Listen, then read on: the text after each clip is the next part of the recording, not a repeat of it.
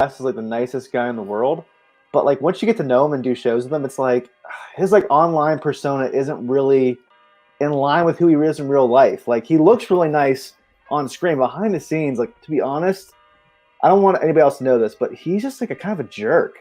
Like he just badmouths everybody. Welcome to Super Squad D, where the D stands for Dr. Pepper.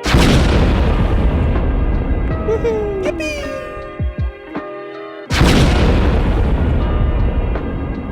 Did you really just omni-dog me? Did you just jest me? we can edit this, right? Jess is never going to see that, right? Yeah, no, don't worry. We'll totally edit it. It's bad enough that I'm doing a show without him, but I can't have him hear me bad-mouthing him on air. The producer will totally edit this out. That's totally right. Don't worry about that. All right, sounds good. We're joined by the Minister of Comics himself, the illustrious, beautiful, energetic Taylor Brown. That Hansel's so hot right now. And today we're going to be breaking down the top 5 DC animated films of all time. Now, this is a very scientific methodology we're going about reviewing it because it's 100% our opinions, which, as we all know, are very factual. Taylor, how much do you like the DC animated films? I mean, I like them quite a bit. To be honest, I haven't seen every single one, but I would say I've seen like 80% of them. The ones that I haven't seen are more of the newer ones, but overall, I do really enjoy them, especially some of the ones I grew up with as a kid. So you may see one or two of the ones I grew up with in the 90s appear on this list.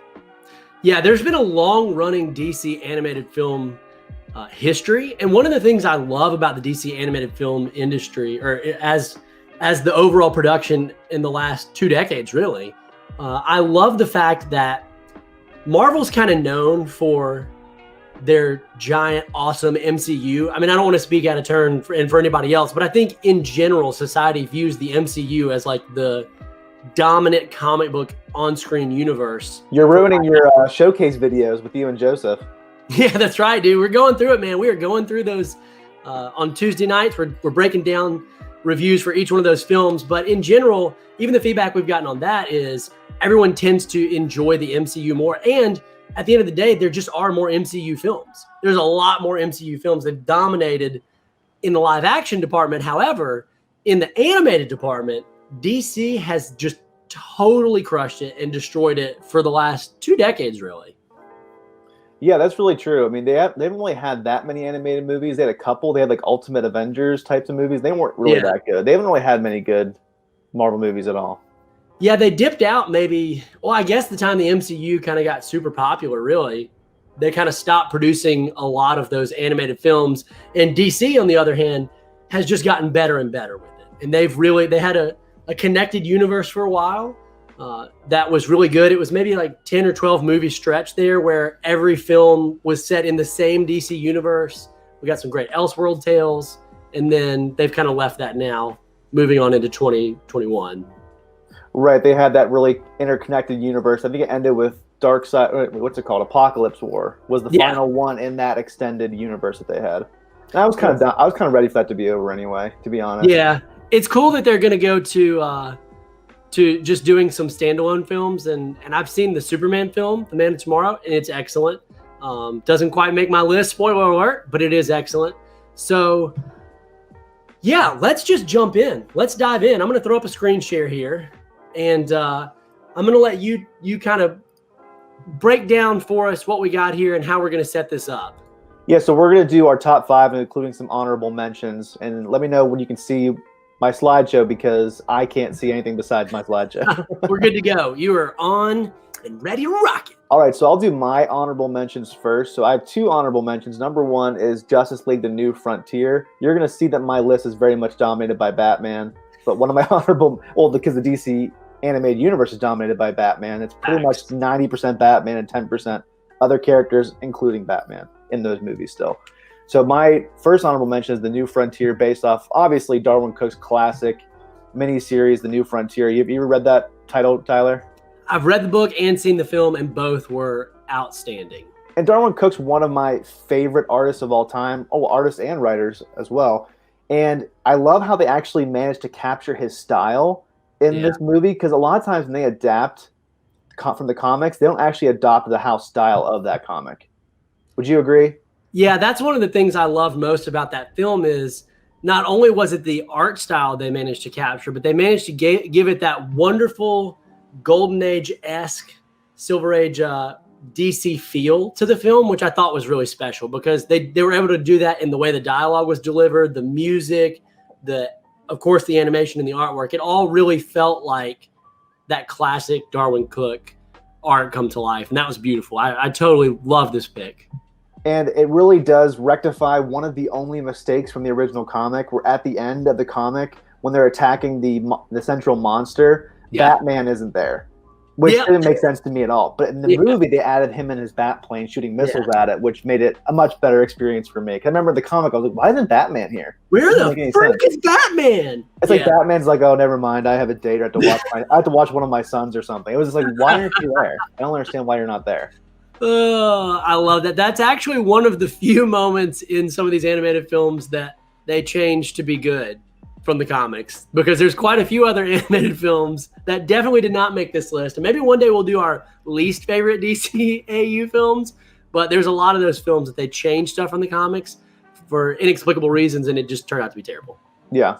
And so my second honorable mention is what the Suicide Squad live movie should have been, Batman Assault on Arkham. Totally agree. And this is a fantastic movie. It has the Joker pretty much as a central villain, which I think the Joker should have been the central villain of the movie instead of Enchantress and her weird brother Diablo, I think his name was, when Huntress is hula hooping at the end like this the whole entire time. That was just a really big dumpster fire of a movie.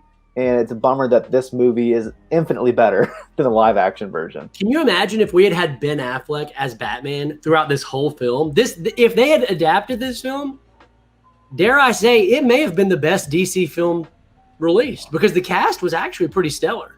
And there's a great twist to this movie as well that I didn't see coming, if you remember what I'm talking about. Yeah, it's great. It's great. Well, these are two great honorable mentions. My honorable mentions were different, but I totally agree with yours. Mine were both things that really hit home to me in personal ways. The first is Superman Batman Apocalypse. And let me tell you, I love this movie because I loved this comic book storyline. So at the height of my single issue collecting, which was like probably between 2002 to 2006 was really the height of my singles collecting. I remember getting this run, the Superman Batman run, and the art by Michael Turner, and it was phenomenal. I loved the comic. It was super fun.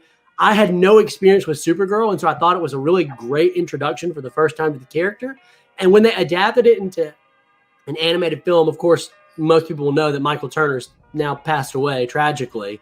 And I thought it was such a great honor to him. They really captured his art style pretty well, and I just loved the film. I thought it was really good.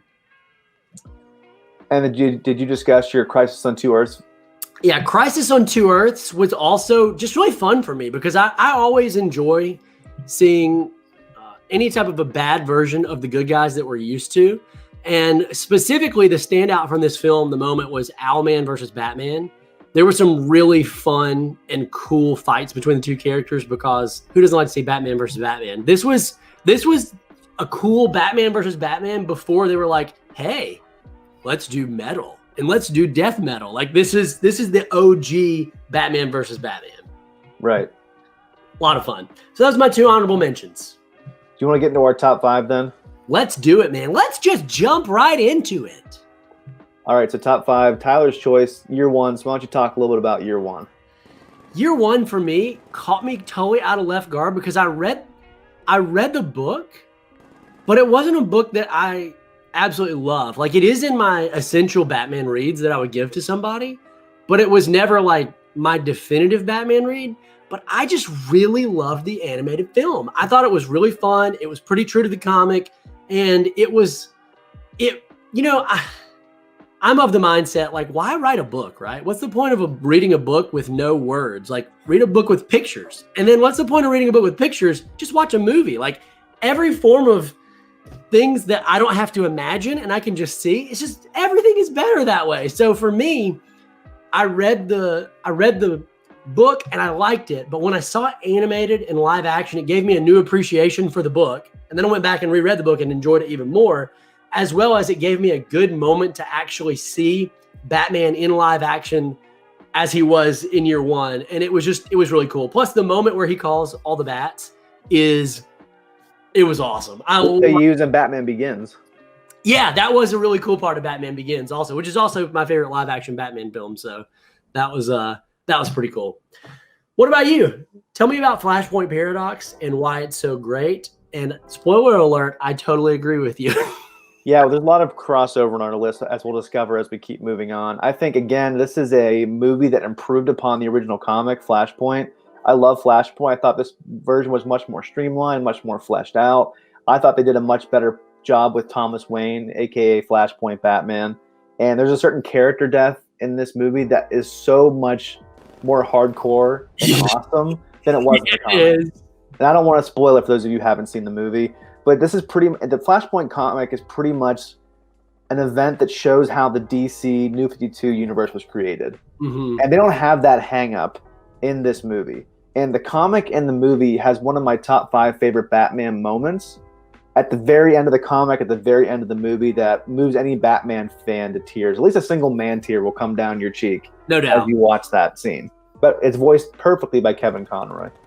Yeah, that was a stellar movie, and obviously as we get closer or farther down on the list, I will be mentioning this film as well. But I agree with everything you said. Very cool, very great film. All right, so number 4. You already have yours.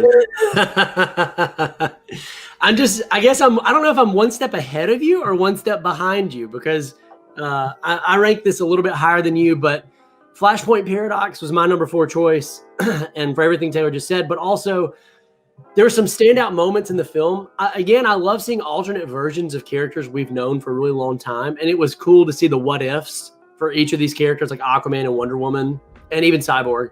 Of course, Flashpoint Batman was the standout as Thomas Wayne, but the moment that I was like, oh snap, they did it, and you alluded to like a little bit more hardcore moments than the comics, was the moment that Flash tries to reignite his powers. Seeing that in animated form, I was both shocked, impressed, and just mind blown. Like, holy crap, they actually did it, man. Right. This is intense. Yeah, so my number 4 choice is one from my past, a very nostalgic choice for me, and that's Batman Beyond, Return of the Joker. You might see this pop up later for Tyler at a higher number. And this movie is just fantastic all around. I love Batman Beyond. I think it's a great continuation of Batman the Animated Series. And this is a pretty messed up movie. A lot of really freaky stuff happens in it. I can see why they originally had it as PG-13. If you watch the unrated edition, that's pretty much the PG-13 edition. There's a lot of blood, a lot of violence, a lot of shocking things happening. One of the reasons I think it's not as far up on my list, and I feel it, and this isn't really a critique of Batman Beyond. As a Batman fan who loves Bruce Wayne, it really saddens me to see what happens to Bruce when he gets older. You know, you want to be able to imagine that Bruce will find happiness one day, kind of like what we see in Tom King run. I know a lot of people got mad for issue 50, but it's like, keep reading and it'll get better for you. Don't worry. For sure. It's going to end fine for you.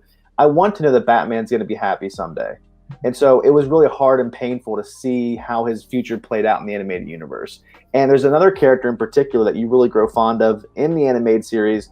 He gets done dirty. Like, he just has a horrible life. Yeah. And it really pains you. And so it's not a critique of the movie at all. Yeah. It's just that someone who cares about these characters so much, it hurts to watch this movie in some ways. Yeah, there were some gut-wrenching moments for sure. So number 3. Numero 3. That's right, I speak Spanish. Try not to be impressed. All right, so number 3 for you. Number 3 for me was Batman. No, that's yours. Okay, that's yours. Again, a lot of repeat. I was about to say Batman Under the Red Hood, but that's actually your choice. Mine was The Dark Knight Returns. The first one was the one that I really liked the most, but I bundle them together because they're really just 2 parts of the same story. And again, kind of carrying back to what I said about Batman Year One, just seeing this in animated form come to life and being mostly true to the comics was awesome. I mean, Batman, the scenes that stood out, obviously Batman versus Superman was huge. But some of the smaller scenes that don't always get a lot of popularity in the comic run, and they're not talked about as much, with Carrie Kelly. Really loved a lot of those scenes and her whittling down the barriers and walls that Bruce has built around himself. I thought were really special and sweet. And then I loved the fight scene, seeing it in person of him versus the mutant leader in the mud. That was sick, dude. That's a scene.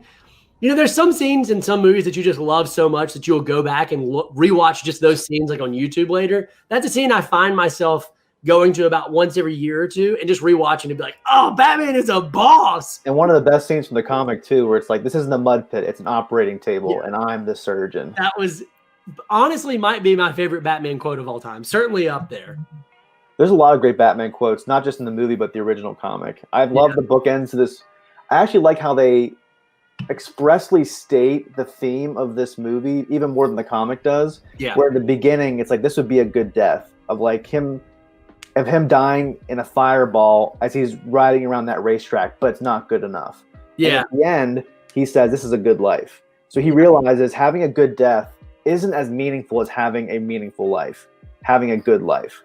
And so I really like that juxtaposed theme they have throughout the movie.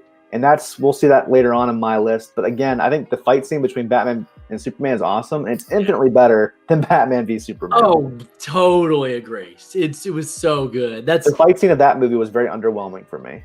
Yeah, well, it certainly didn't live up to this. So tell me about your number 3 and why it's also on my list. Well, Batman Under the Red Hood, you'll sense a theme with these animated movies for me that it actually improves upon the source material. Yeah. I love Batman. It's called Under the Hood in the original comic, then they changed it to Under the Red Hood after the movie. It's basically how Jason Todd comes back and how Batman deals with that. And I think, again, there's a lot of storylines from the comic that they kind of cut out, and they streamline it. It's much more hard-hitting.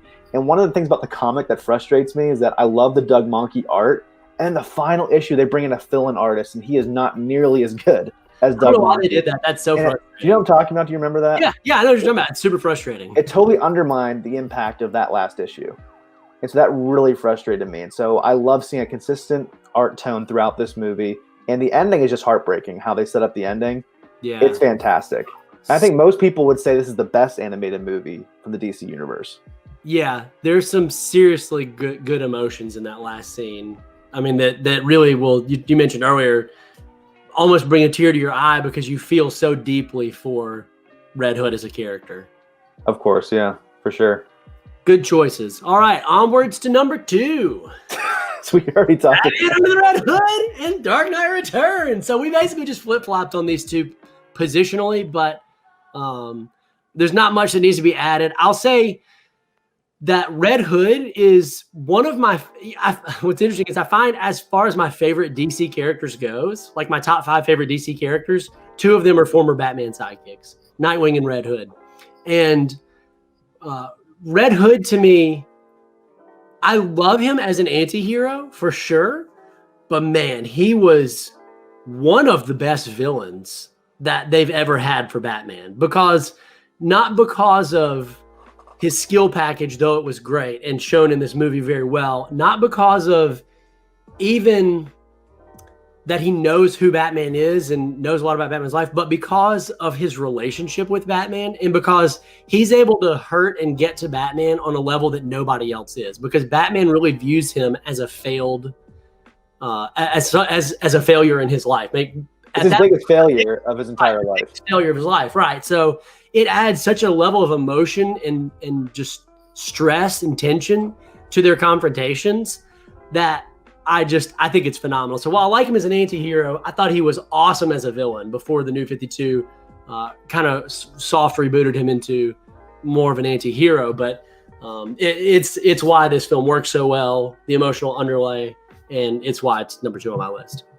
It has great voice actors. Bruce Greenwood as Batman, Jensen Ackles from Supernatural as Red Hood, and also Neil Patrick Harris as Nightwing. So good. Honestly, if they'd had Kevin Conroy, that probably would have been the best trio that I could imagine voicing these characters. Yeah, and brought back what was his name? I can't remember what Robin and Nightwing's voice name was. Lauren Lester. That's who it was from the animated series. Good stuff. All right, tell me about your choice. Why did you rank this a little bit higher than number 3? Well, this is just one of my favorite Batman stories of all time, and this could have gone very wrong, This could have been a horrible adaptation. But I like that they didn't condense it into one 70-minute movie. There was a two-parter, and then they brought it together and put it as one long 2.5-hour movie.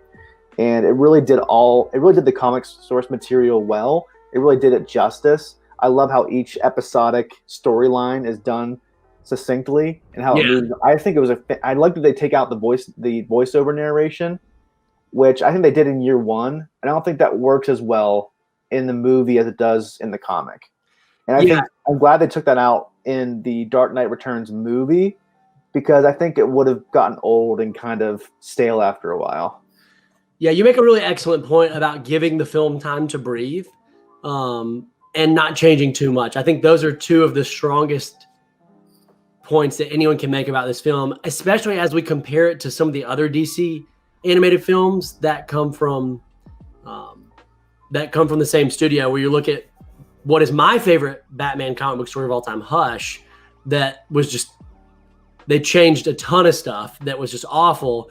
And then you also look at there are other controversial films that added things that didn't go over well. Killing Joke. Or they took away some things. Everyone loved that first 30 minutes of Killing Joke, the movie. Agree totally. But instead of just like working with the time they had, they tried to, add more to make it a more fleshed out movie, but in the end ended up taking away too much from the initial story. So great points. And now, drum roll. That was the best drum. You know what? We'll have the producer add in some drum effects right there, and it's going to be crazy. Make sure that producer takes out the beginning too, right? Yeah. No, don't worry. That beginning is absolutely, you have my word. It's not going in. It's definitely not going to go in for sure. Don't worry about that. Number one, these are some solid choices. Now, I'm just going to talk briefly because you said almost everything about what makes me love this film. The real reason that I put this at number one, other than the fact that it's my favorite Batman film of all time, other than the fact that playing off what you said would actually hurt me as well, but it made me love the film even more, is seeing what actually happens to a lot of these characters. Batman Beyond is one of my favorite characters to ever be created. And I love the fact that he was made just for a show, much like Harley Quinn. I think that's so special, and that he's gone from the show to the comics, and he's got a big place in the hearts of many people. But this film had everything that it needed to have for an amazing emotional roller coaster and surprise ending. And it just really, it had everything that I would want in a Batman film, but especially a Batman Beyond film. And so for that reason, it ended up taking my number one spot. Tell me about your number one pick that you're very Batman Beyond. This is actually a good way to bring back the main villain from an old series, as opposed to Rise of Skywalker, which didn't make any sense. Why the Emperor was back. True, dude. They should have watched this movie before they filmed Rise of Skywalker. So I'm actually kind of hurt that you didn't put Matt the Phantasm, but it's okay. Our friendship will survive somehow. I think that it's arguable that this isn't just the best Batman animated movie, it's the best Batman movie of all time. Because in the animated series, which I love, I think it's the best version of Batman. It distills everything down about Batman that's special. He's a detective. He's a fighter. He's relentless. He is willing to do anything that it takes to fight crime. And they really have the perfect version, the ideal picture of who Batman actually is. And they show parts of his origin throughout the animated series, but they really go in depth here and show you how Bruce Wayne became Batman and the central, not just tragedy of his parents, but also a relationship that breaks up that pushes him to be Batman. And it has one of the most heart-wrenching scenes of all time, where he's met this woman, Andrea Beaumont, and he's happy. And he goes to his parents' gravesite, and he's weeping, and he's saying, "Let me go from this vow that I've made. I didn't expect to be happy." And that scene, as a Batman fan, just like punches you in the gut. Mm-hmm. It's like, Bruce, like, your parents don't expect this of you. You're forcing this upon yourself. You don't need to beg them to be happy. They would want you to be happy. But then, obviously, fate steps in. He becomes Batman. And who the Phantasm is was surprising to me, at least, when I was a kid. Yeah, I'm sure I haven't watched this film since I saw it in theaters, which is the only reason that it didn't make my top list. But I feel like if I went back and rewatched it, it probably would make my list. But as a kid, I remember being very shocked in theaters with who the Phantasm was. I was like, what? No way! Why? And Mark Hamill has some great moments in here as the Joker. Some really creepy moments where essentially they're saying he's dating a robot housewife in this defunct amusement park. And he has some great lines in this movie. Joker, Mark Hamill is the Joker and will forever be the Joker. I love Heath Ledger. Jack Nicholson is also worthy of the Joker, but there's never going to be another Batman or Joker combo for me than for Kevin Conroy and Mark Hamill. Totally agree. Well, that wraps up the video, guys. I would absolutely love to know what you guys think about our top 5 favorite picks, and what are your top 5 favorite picks? The DC animated universe has had a long history of films, and there's a lot of stuff in there. I'd love to know what 5 you guys enjoyed. Let us know in the comments below. Thanks again for watching. Big shout outs to the Minister of Comics for joining the show. That was, I know he's pretty much booked up all the time on OmniDog's Vault. So I don't know if you guys haven't checked out that channel, go check it out, subscribe. But we were lucky to have him today. And remember that Super Squad D, the D today stands for DC Animated Films. That would have been a better one to go with. Now that I think about that, that would have been much better. DC Animated Films, everybody. Hit that like and subscribe button. We'll see you next time. Peace. Yippee!